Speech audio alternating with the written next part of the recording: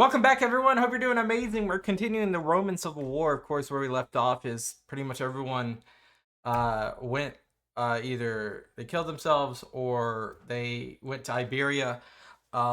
So yeah, here we are. Let's go. Let's continue. Of course, if this video feels out of place, you probably did not watch the many other parts prior to this, so go watch those. Let's continue though.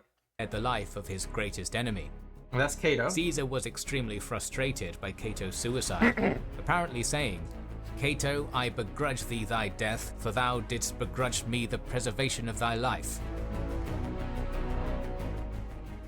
Caesar spent some time in Africa, fining those who had funded the Optimate war effort, before finally returning to Rome victorious. He retired many of his oldest veterans in a generous fashion. And those veterans have been through so much. And now they finally get to look at, go to their fields and sunsets and families. And held 4 triumphs, one for Gaul, Egypt, Asia, and Africa. Four. Having defeated Cato, his position was now supreme. He was assigned incredible powers by the Senate, including censorial powers for 3 years, and dictatorial powers for 10, a wholly unprecedented level of power. For all intents and purposes, Caesar was now the sole ruler of the Roman Republic. However, though he had now twice won the civil war, once at Pharsalus and once at Thapsus, the war was not over. The sons of Pompey, Varus, and Labienus still resisted him in Spain. The political heart of the Optimate faction, Cato, was dead. Cicero, his natural heir as political head of the faction, had resigned himself to being a part of the new order, rather than fighting against it, hoping that he would be able to persuade Caesar to restore the Republic. Many other Optimate senators had similarly resigned themselves to working with Caesar, in part because many of them had been captured and then spared by him. The extent to which Caesar had won politically can be seen in the powers bestowed on him in the immediate aftermath of Thapsus. And we know the second triumvirate will not be as merciful. He was made dictator for the 3rd time for a wholly unprecedented 10 years, made prefect of morals, and the Forum of Caesar was completed and dedicated to him in recognition of his achievements. Caesar was, for all practical purposes, the master of Rome. However, some of the Optimates still resisted. Gnaeus and Sextus Pompey had fled from Africa and arrived in Baetica. With them went survivors of Thapsus, including 2 of Caesar's most active and determined opponents, Titus Labienus and Attius Varus. I haven't really thought much about Varus before, so I have to learn more about him. Baetica had been chosen deliberately, as Pompey Magnus had been governor of the province in the 50s BC, and people in the area still respected him, including legionaries who fought against Caesar during the Spanish campaign of 49 BC. His sons found plenty of support, and managed to amass 1 legion from survivors of Thapsus. Shortly after their arrival, 2 legions under Trebonius's command had sided with the brothers, and they had managed to levy 1 more from sympathetic Roman citizens in the... So, do they actually have 13 legions, or am I not reading this right by the way of these flags? Because I'm reading 13 equal standards here. Area, many of whom had previously served under Pompey's command. Additionally, the brothers made alliances with some Lusitanian tribes, and had drawn a number of deserters and others to their banners. Caesar claimed that they had 70,000, but he was probably counting garrisons and other supporters in that number. These events had happened in the summer of 46 BC. Caesar was, at the time, occupied in Rome with assigning magistrates, retiring many of his longest-serving veterans, holding games and triumphs, and beginning the reordering of the calendar. As a result, he had assigned Quintus Pedius and Quintus Fabius Maximus, along with 4 legions already in the Hispanic provinces, to handle the situation. Finally, he's delegating rather than being on the front lines. As the months went on, however, Caesar heard of the growing success of the Optimates, and realized that he would, once again, have to handle the matter personally. It's just like Napoleon, right? Wherever Napoleon is, he wins. He gathered 4 more legions, his favourite 10th, the veteran 5th and 6th, and the relatively new 3rd, and marched to Baetica, arriving in the area by the end of the year. By that point, Sextus Pompey had already taken the main city in the area, Corduba, and was holding it with a strong garrison, while Gnaeus was in command of the army alongside Labienus. Together, they had laid siege to Ulia, one of the few cities in the area that had not pledged allegiance to them. Caesar got to work immediately. Lucius Vibius Paciacus, one of Caesar's officers who was known to the Ulians and knew the area well, was sent with 6 cohorts and cavalry to the city, while Caesar began to march on Corduba, hoping to draw Gnaeus from Ulia, which was his favoured tactic. Paciacus approached Ulia during the night, and a huge storm swept in. Seizing his opportunity, Paciacus calmly marched his men through Gnaeus' lines. The sentries, unable to clearly distinguish any of the legionary symbols of Caesar's men in the dark and through the torrential downpour, simply let them past, allowing So funny. Caesar's lieutenant to slip into the town and prepare his men to defend it. Meanwhile, as Caesar was approaching Corduba, he sent a detachment of cavalry and mounted legionnaires as a scouting party ahead of his main force. They soon ran into a cavalry unit sent out by Sextus. The two forces clashed, Caesar's legionaries quickly dismounting to fight on foot. Not prepared for fighting heavy infantry, the Pompeians took heavy casualties before breaking and fleeing back to Corduba with the news that Caesar was near. Urgently, Sextus sent messages to his brother requesting reinforcements. Gnaeus quickly agreed, abandoning the siege of Ulia and marching to Sextus's aid. Exactly what Caesar wanted. Caesar approached Corduba from the south. It seems that Sextus had either blocked or destroyed the bridge from Corduba that crossed the Baetis, forcing Caesar to create a makeshift one by lowering baskets piled with stones and then laying planks across them. That's pretty cool. Afterwards, he made camp outside Corduba. Gnaeus soon arrived, encamping opposite, and Caesar immediately began erecting a line of palisades from his camp to the bridge, cutting Gnaeus off from the city. Similarly, Gnaeus began creating defences from his camp to the bridge, hoping to cut off Caesar's escape. Escape? Fierce skirmishes were fought on the bridge itself, each side trying to force the other to concede control of it. The narrowness of the bridge made the fighting particularly brutal, and many were either thrown into the river during the fighting, or were killed and their bodies left piled on the bridge. Yeah, that creates an even worse bottleneck for you. Caesar was hoping for a quick and decisive battle, and this was clearly not going to be that. Accordingly, one night he lit a large number of campfires to give the impression his camp was still garrisoned, and then slipped out of the fort. He carried out a risky river crossing during the night, slipping away from the brothers and making for the town of Ategua, which had the strongest Pompeian garrison in the area. The next morning, Gnaeus realized what had happened, and Labienus pursued with his cavalry, capturing a number of Caesar's supply wagons, but withdrawing before they could be caught and pinned. I don't think Labienus is... I think he's not as bad as, I originally thought in terms of military tactics. He's quite good. Caesar, reaching Ategua, began besieging the city, encamping nearby. The terrain around the city was extremely hilly. Many of these had watchtowers already built on them, and as he had done at Ruspina, Caesar quickly assigned pickets to them.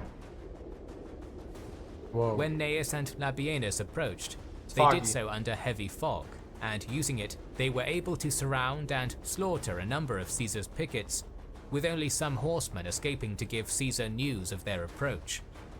Nevertheless, when the fog lifted, it became clear that Caesar's men had already claimed most of the strategically important high ground in the area. With little choice, Gnaeus was forced to make camp on high ground between Ategua and Acubi. Although he could still see Ategua, he was not close enough to attack Caesar. The Optimates soon noticed that one of the hills to the south of the town, known as the Camp of Postumius, was an ideal location. A river cutting between it and Caesar's camp would make it difficult for Caesar to reinforce. Furthermore, it was close enough to Caesar to apply pressure and overlooked his supply and communication lines. Caesar and Labienus used this same tactic a number of times in the Gallic Wars, most notably at Gergovia, and Labienus sent a detachment in the night to seize it. The Caesarians, however, were alert, and immediately raised the alarm upon the attack, resisting fiercely. Caesar sent the 5th, 6th and 10th legions to reinforce them. With their countless experiences of river crossings, the legions were able to quickly ford the river and come to their allies, forcing the Pompeian detachment to retreat to their camp. Very much a lot of posturing still, a lot of back and forth. Cat and mouse is what I would call it. The following day, a reinforcing detachment of cavalry and allied kings arrived to join Caesar, king of West Mauritania Bogud among them. Gnaeus and Labienus now decided to abandon their position, marching further west to the banks of the river Salsa. Though they would be even less able to pressure Caesar from here, winter was beginning to set in, and this new position would make it easier to be supplied from Cordoba. Caesar, on the other hand, would be forced to winter around Etegua. So now you got a winter in Spain.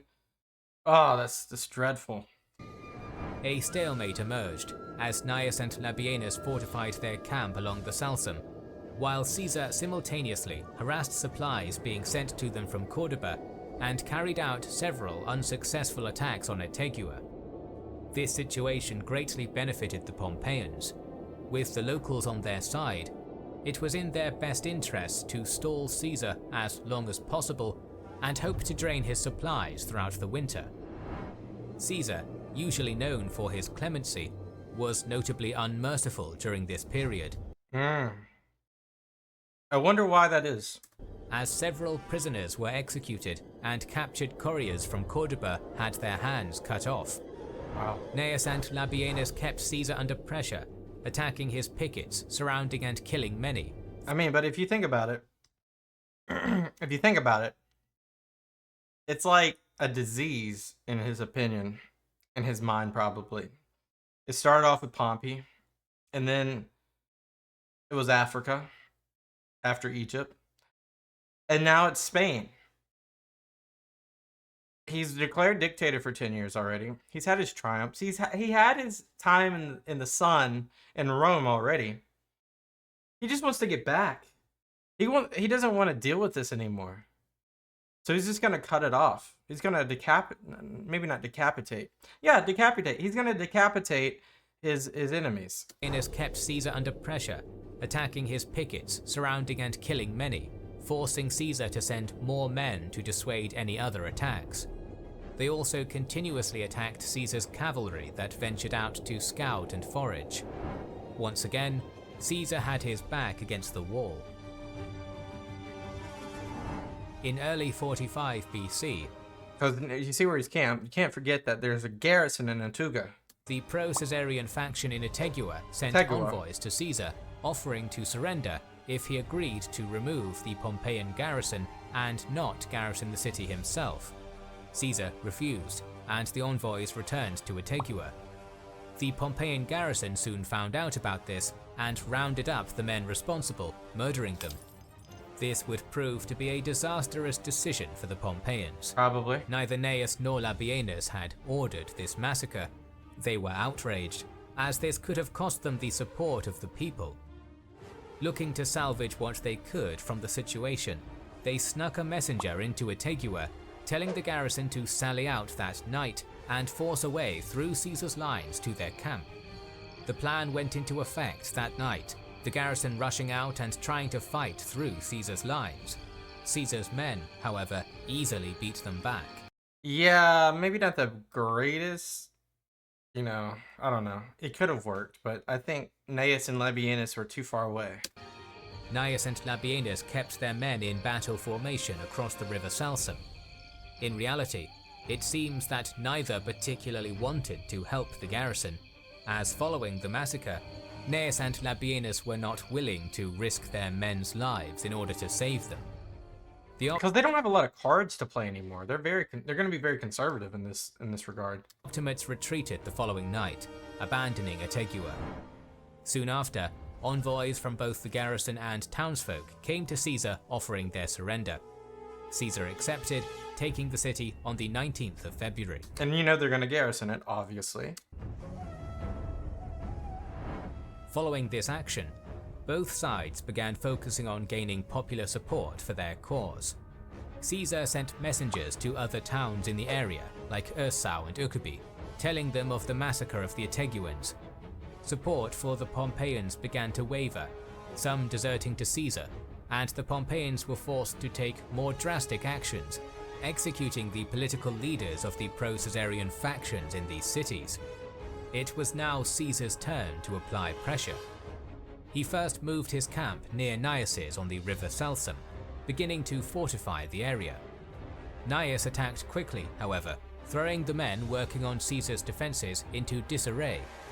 2 centurions Was he trying to build palisades again? of the 5th bravely pushed forward, both dying in brutal fighting, but their sacrifice inspired their cohorts to... It's kind of like, I forget what it's called, but that sacrifice, it's almost like a religious sacrifice that's happened so many times before. The first time I've heard of it was like early in the Roman monarchy, and then again in the Samnite War. It was the 3rd Samnite War. Follow and stabilize the line. Nevertheless, Caesar had gotten the worst of the fighting, and he relocated to Soracarea, establishing a fort there that cut Gnaeus and Labienus off from Aspavia, an important town for supplies.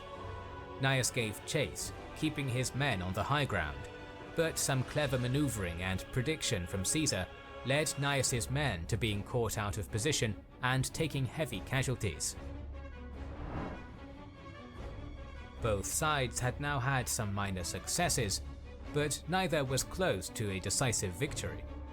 Gnaeus delaying the campaign had been effective at first, but the loss of Itegua and the skirmish at Soracarea had cost him a lot of support. And when we say support, are we talking about his own men? Or are we talking about like the cities and the people? Caesar, meanwhile, needed to bring the civil war to a conclusive end. The resistance of the sons of Pompey, Labienus and Varus, was undermining his position politically. Both needed a quick victory. The older generals, including Labienus, urged Gnaeus to avoid battle and continue his delaying campaign. Are we doing a Fabian strategy? But the latter's mind was made up. He broke camp at Soracarea, making for the town of Munda. Caesar followed. Uh-oh. On the 17th of March, both This was like Facilis. drew up for battle. Gnaeus and Labienus had chosen a strong position. The town of Munda was on high ground, and they drew up their army in front of the town on the hill. At the base of the hill was a plain, approximately 5 miles wide, with a stream cutting across the middle of it. Though Caesar says they had 13 legions, this is questioned by other sources, Well, that's what I said originally. I said they had 13. some putting the number lower than 40,000. It is possible that the sources are somewhat muddled, and that Gnaeus' full force was around 70,000, including auxiliaries and allies, of which around 30 to 40,000 were legionaries. Caesar was encamped opposite the Pompeians on the other side of the plain with his army. And how many did Caesar have? With him were 8 legions, 3 of whom had Like 40,000? fought with him since the Gallic Wars, the 5th, 6th and 10th, and 8,000 horsemen, including some That's a big deal right there. A excellent horseman. light cavalry brought by Bogard. Caesar gives his own numbers as 40,000, but in reality his army numbered around 50 to 60,000 So he would undersell his own numbers, is what we're saying? Is it just to like show more, I guess, competence and prowess? men. Caesar made the first move, marching his army out of camp and onto the plain, confident that the Pompeians would come down from the hill and fight on the plain, so their cavalry on the flanks would have room to move. The Pompeians held their position. Caesar advanced further to the banks of the stream. Again, the Pompeians did not move. Caesar crossed the stream, and still the Pompeians did not move. Okay, they're very stoic. Gnaeus and Labienus knew the strength of their position and would force Caesar to fight on their terms. Okay. Having finally brought his enemy to the field, and not wanting to risk missing a chance for final victory, Caesar moved to the base of the hill, drawing up his force with the 10th in the position of honor on the right, the 6th in the center, and the 3rd and 5th on the left. I didn't know there was a position of honor until just now. The rookie legions interspersed between the veterans and behind, and with his cavalry on the flanks. With little room for any elaborate maneuvers, Caesar ordered his infantry to attack the Pompeians head-on. The fighting was brutal, Caesar's men having the benefit of experience, Gnaeus and Labienus' men having the terrain advantage and being driven by the strongest motivator, desperate survival. Neither side was making progress. The generals and staff officers of both armies had started the battle on horseback, Caesar riding through his lines, urging his men on.